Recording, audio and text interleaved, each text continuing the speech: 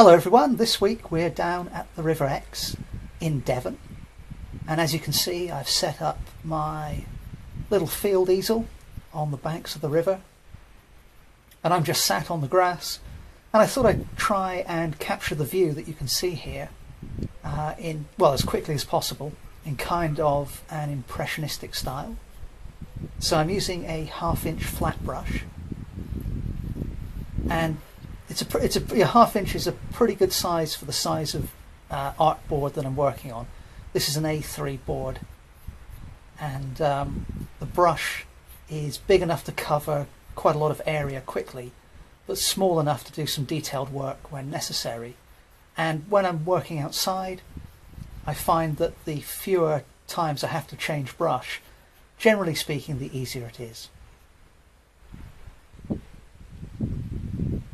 So I've started by quickly outlining the scene. Now, my perspective is slightly different from the camera perspective because I've got the camera mounted up on a tripod, and obviously I'm sat down and a little bit to the right as well. But having outlined the scene, I'm now using a mix of cerulean blue and titanium white to quickly block in the sky, and paying no attention at all to the lines I've put down. I just went straight over all of those with the sky. And I'm spraying the painting with water, once in a while. These are the interactive acrylics, so a quick spray with the water makes them more fluid. And I'm currently just adding in some magenta to the sky. So not sure how well it's coming across on camera, but the sky is it's overcast, and it's definitely bluey grey, but there's also some magenta in the clouds as well. Actually a pretty hot day, to be honest. Although it was cloudy, it was actually a really hot day. So I've just lightened the shade of sky I was using there. I've added some titanium white and just blending that in towards the horizon.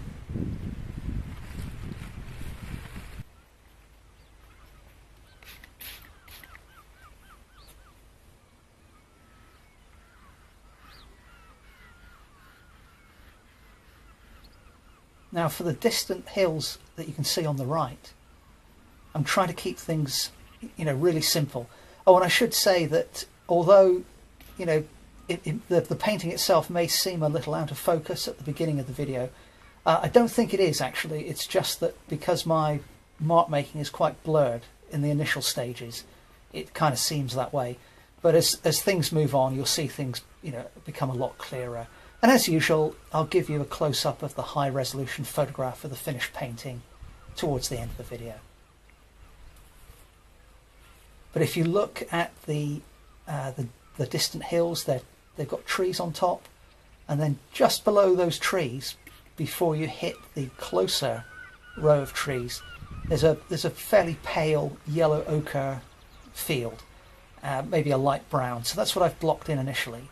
And what I'm doing now is putting in the closer field you can see on the opposite riverbank, with a mix of cadmium yellow, a little bit of magenta, a little bit of titanium white. A quick spray with the brush, and now I've added a little bit more of the magenta. Because we've had such a hot summer, the normally lush green Devon fields are pretty dried up and burnt up. I filmed this maybe a month ago now, so it was in the very middle of the very hot weather that we had over the summer. And having blocked in that closer field, I'm now coming in with some ultramarine blue and maybe a touch of that browny yellow as well, and just very loosely and simply blocking in the presence of those distant trees on the hills. And now I'm bringing in some closer trees as well. So like we've mentioned before, when I was at the beach doing the outdoor paintings, if you're working outside, unless you're going to take a very, very long time about it and account for the changing lighting and so on, for me it's really an exercise in quick observations and quick mark making as well. So I really love working this way, and I love trying to become more and more efficient in terms of getting to my end goal as quickly as possible with as few marks as possible. So for this closer range of trees, I've mixed up a green with the usual cadmium yellow, but now with, I think, probably cobalt blue for this one I used. No, actually it was Silurian blue, I remember now, Silurian blue. And I don't know if you just heard that quick water spray that I did off camera. So what I'm doing there is I will either be spraying the paint on my palette just to stop the palette drying out, or once in a while I'll actually spray the brush itself when it's got paint on, and that just helps. You know, you can dilute the paint in a fairly sort of controlled way. And what I'm doing now for this mass of trees on the left is I just sprayed the surface of the uncoated paper with water, and then, as you can see, I'm just putting in a flurry of rapid brush strokes, making use of all those different textures and tones that come out automatically to indicate that sort of block of foliage.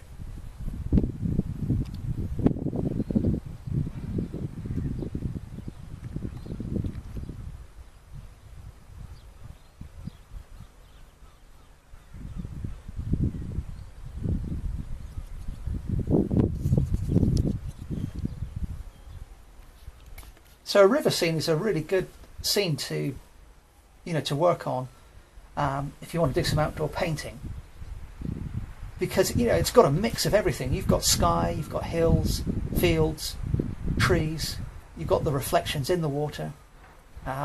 If you wanted to, you could even attempt to tackle some of the wildlife. You'll see throughout this video there are birds fluttering around, feeding off the bugs over the river. If you wanted to get really, really adventurous, you could try and paint a moth or something like that, which lands next to you.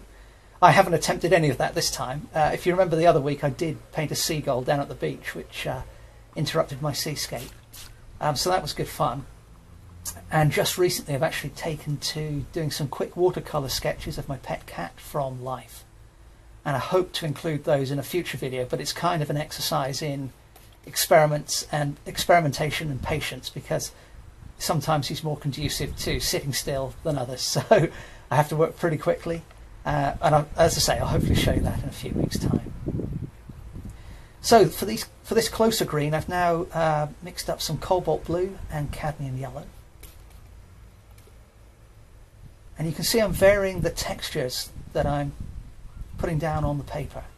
So for the tree on the right, the foreground tree, I was kind of just patting the brush on the paper. For the grass and the reeds on the left, it was a spray of water and vertical brush strokes going upwards, and then similar technique for the reeds on the sort of centre of the painting as well. So I've just sprayed the lower half of the painting. And what I'm doing now is blocking in with ultramarine blue the water. So really I'm just creating a tonal map of the scene in front of me.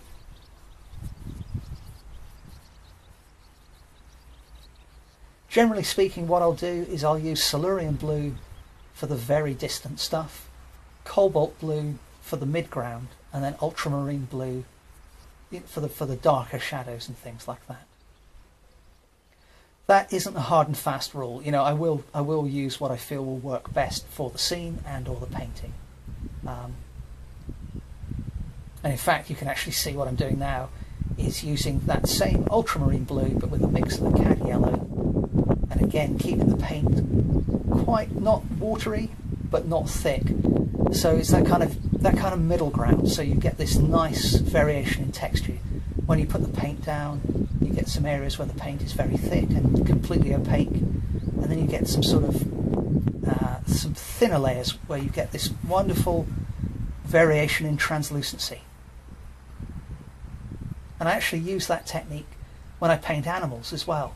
If you've seen any of my cow painting tutorials, especially if I'm painting black animals, that translucency, building that up in layers, it's a really nice way to create the illusion of depth in foliage like we're doing now, or if we're coming to animals, creating the sheen on a black animal like a black cow.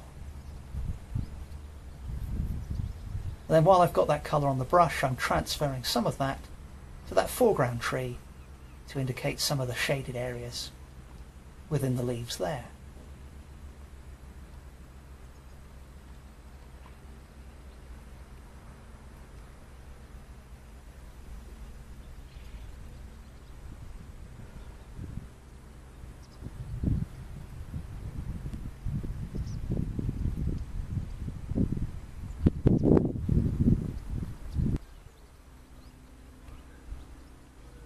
Now for the reflections in the water, I've gone with a kind of a dark purple.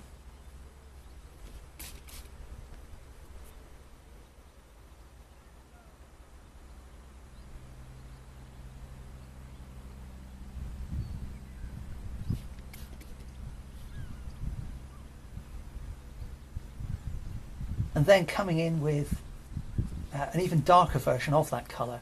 So this is actually a mix of, well, I've added to that purple some burnt umber and some more of the ultramarine blue. Now notice I've completely ignored, you see below that main tree in the centre of the view on camera, there's an area of pale, it's sort of a sandbank or perhaps pebbles, difficult to see from the distance I was at, but I've completely ignored that at the moment, and I'm going to put that in later. Once in a while you'll notice that the background footage does jump. That's simply where I've edited out the time I've taken to mix up paint and stuff like that, because this little video's, I can't remember quite exactly how long it is actually, but I think it's around about the 25-minute mark. I might be wrong on that, but if I'd included all the palette mixing and stuff, then it might be pushing 40-45 minutes. So still fairly quick to produce a painting. And I could probably, if I was a little bit more organised, I could probably reduce that time further. If I just sort of went in with a single tone and then of perhaps burnt umber, and then just gradually added washes of greens and things. But I like working in this particular way, where I'm just sort of responding spontaneously to whatever catches my eye.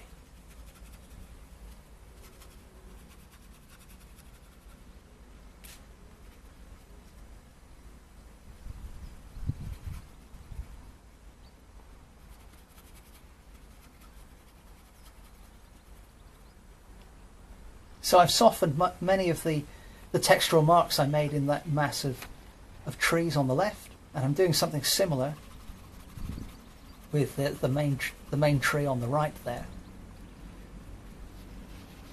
Or sorry, rather the background just behind that main tree.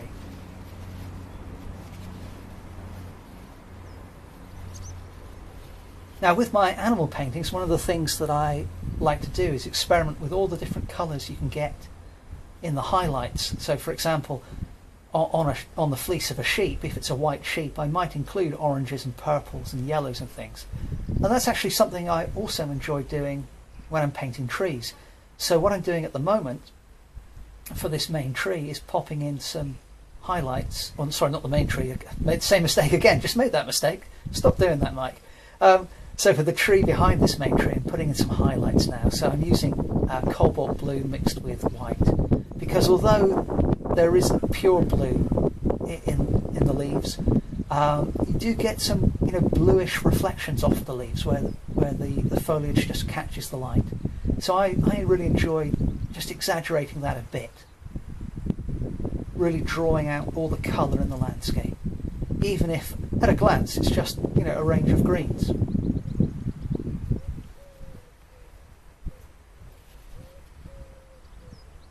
And I'm keeping going with that same colour, but with rather different marks now. So the marks I made just a moment ago were quite small and narrow. Again, using that flat brush, just putting down the tips of the bristles, or possibly the side edge. But then if you put the brush down flat and move it around, kind of scumble the brush, scrub the brush on the painting, you can get a much softer mark. And what I'm doing now is putting down randomly orientated marks to give that nice random jagged edge that trees have.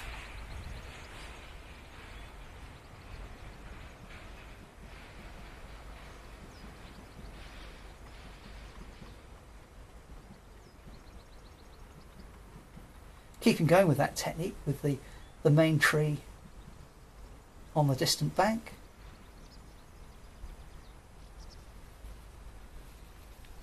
And looking back at this footage, I'm noticing again, I mean, I was aware of it on the day, but I'm really noticing all the little birds and things which were flying around. And I wish I'd had the presence of mind to, to include some of those in the painting, even if it was just, a very loose 3 or 4 lines. That might have been a nice thing to do.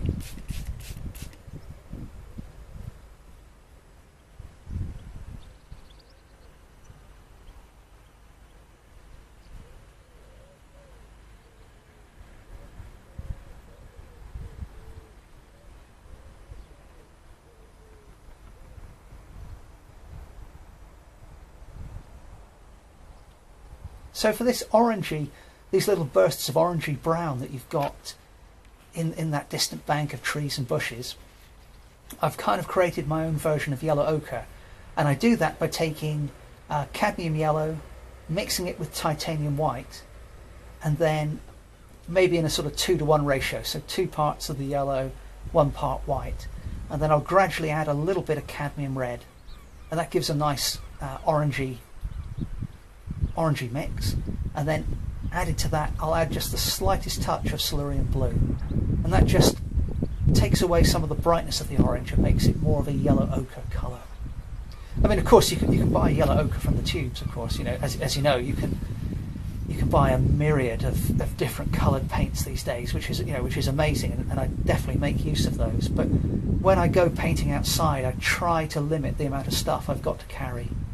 So the paints in my bag for this particular trip were titanium white, cerulean blue, cobalt blue, ultramarine blue, cadmium red, magenta, and burnt umber. And then I had a few watercolour marker pens with me as well, maybe 2, maybe 3. I had ultramarine blue, no, Prussian blue, cadmium orange, and mauve. So just a purple. So I've mixed up, what I'm doing on the painting at the moment on the left is with some cadmium yellow mixed with the cerulean blue. I'm blocking in the left hand section of the trees.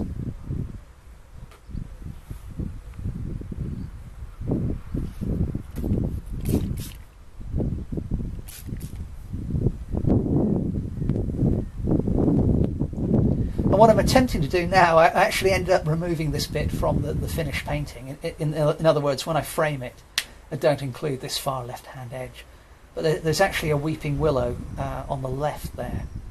And I really like sort of the effect you can get when you paint weeping willows with the interactive acrylics, the wet in wet effect. So I was starting to work on that, but I kind of left it, to be honest. You can see all the birds flittering around. So really, really lovely environment to paint in. And this little section of the river is a little bit off the beaten track. So there are large sections of the River Exe in Exeter, basically the bits that go through the city and to the south, which are, they can be quite beautiful, but they're often quite busy with people walking and, dogs being walked, cyclists, people fishing, people canoeing, people rowing on the river. Sometimes there are dragon boats going up and down the river, so if you want to paint some action on the water, it's a good place to be. But this particular spot is a little bit secluded. It's not too far out of Exeter, but it's a little bit secluded, so it's a really nice environment to paint in. You can just chill out, be out in the fresh air, and then become absorbed by the landscape and the act of painting itself and the act of observing. It's just to look carefully at your surroundings. It really brings you into the moment, into the now. Any worries you've got just evaporate. You don't have to think about, do I need to get milk when I go to the supermarket? some of you are thinking now, because I put that into your head. So I'm riffing on Jerry Seinfeld here. I'm stealing his material. So what I'm doing now is putting in some darker shadows on the reeds on the right there. So that's a mix of ultramarine blue and a little bit of cadmium yellow, possibly with a touch of magenta. So when you're mixing up greens, you know, it's sometimes a nice idea to take your blue and your yellow, mix up the green you want, then just add the smallest touch of red. And it takes it away from being too much of a fluorescent green. If that's what you're after. If you don't want that effect, just the tiniest touch of red is a really nice way to give yourself more of a natural green. But I'm using magenta now, possibly with a little bit of white on my brush. If you look at the right hand bank of the river, there are quite a few. I don't know whether they're buddleia or what they are, but they look like buddleia, but they've got quite a lilac magenta colour to them.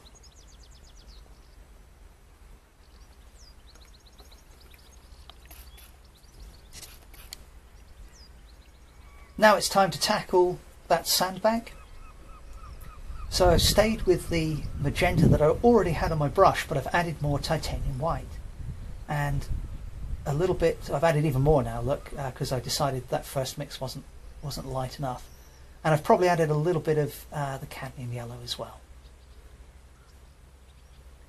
And so I'm placing in the sandbank with some, and at the brush marks I'm making, I'm following the sort of sweeping lines that are in the sand.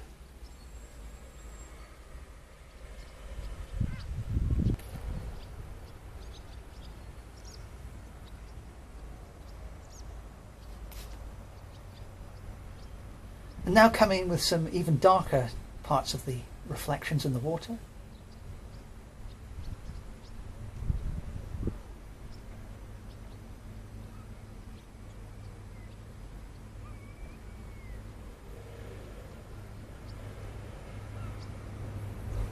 Just refining the areas where the land meets the river.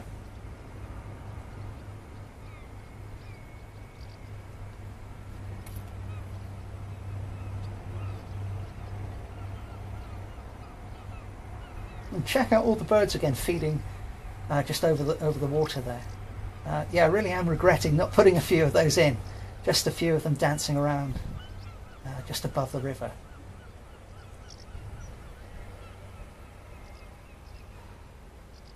I mean, it's not too late. Often with stuff that I do outside, it's kind of a judgment call really as to whether to leave the painting as it is at the end of the outdoor painting session, or whether to kind of tweak it a little bit and add a few finishing touches when I get back home. In general, I tend to leave them as they are, because even if they're not perfect, I like the fact that they are a record of what I was able to observe and able to achieve while I was actually in the location. And I think for me that's something, it's quite special. It's sort of it's a memory, if you like. It's a visual record of the experience. And so in the same way we all take photographs, if we go on holiday, or if we see something cool, more now than ever in history really, with phone technology and everything. But doing a painting when you're actually out and about, or even just a sketch, it really puts the experience into the memory bank for me. So I'm a little bit loath to, even if I can see something wrong with the painting, I'm a little bit loath to tweak the painting afterwards. You can see that while I've been chatting away, I've added some darker reflections to the water. And now I'm bringing in a little bit more of a deeper blue in the highlighted areas. And again, I'm not being too accurate with my depiction of the reflections, or indeed the landscape really. It's very much an impressionistic way of painting, but also just a spontaneous reaction to the scene as well.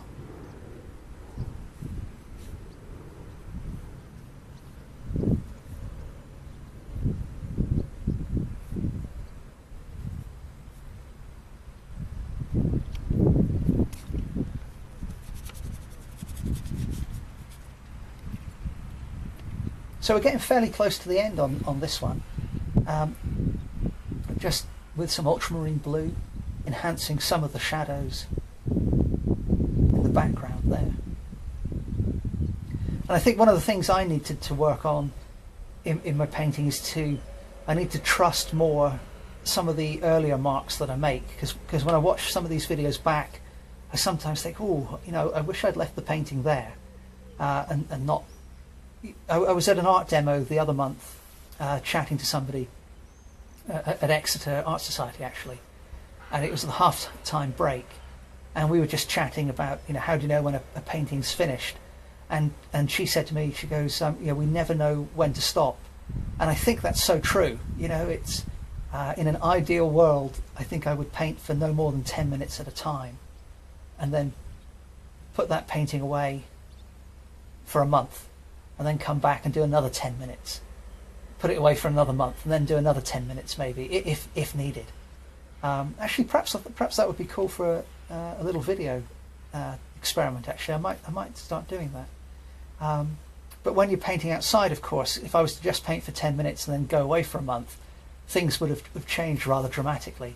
But yeah, which could be a cool thing to paint anyway, but not quite what I'm after here today.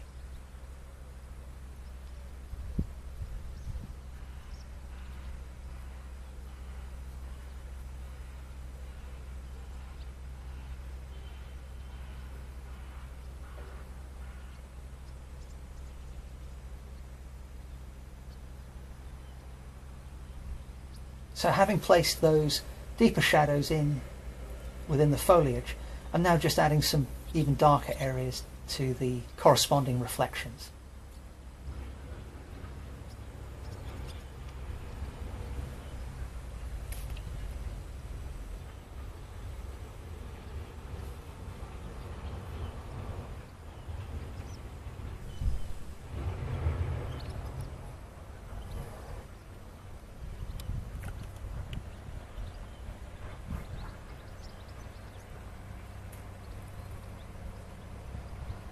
Now more shadows are being added to that foreground tree, and just a little bit of dry brush on those background trees as well.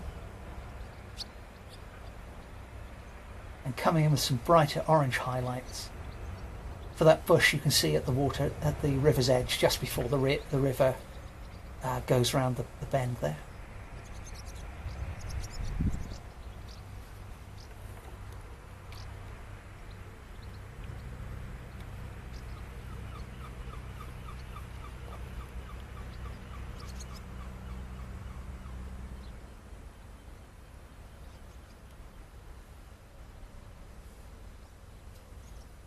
So getting close to completion on this one.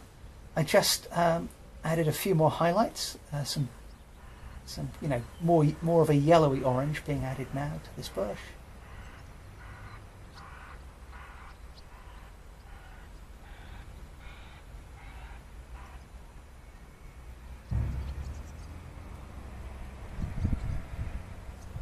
And what I'm doing at the moment is just mixing up a slightly darker version of those highlights. Because I'm about to just put an indication of that colour into the water. Not too detailed or too heavily, but just a bit of an indication there. So that's pretty much it for this one. Let me just show you the finished painting, the high resolution photograph. As you can see, I framed it slightly differently to the unedited painting, if you like. Took off some of the left-hand edge, and as I said, you know, I was definitely tempted to refine some of the detail and some of the lines in this painting, but I decided to leave it as it is, as a record of, you know, my outdoor painting experience. Anyway, I hope you really enjoyed this video. I actually revisited the same spot and did another version of this view shortly afterwards. So in a few weeks' time, I'll show you that second version. But I hope you enjoyed this video. As usual, please remember to hit that like button, and any questions at all, please feel free to ask me in the comments. If you're new here, please remember to subscribe to the channel, and once you've pressed subscribe, click on the notifications bell so that you know when I've uploaded a new video. But as you know, we upload every single Sunday. So I hope to see you next week for the next episode of the Sunday Art Show. Thanks very much for watching.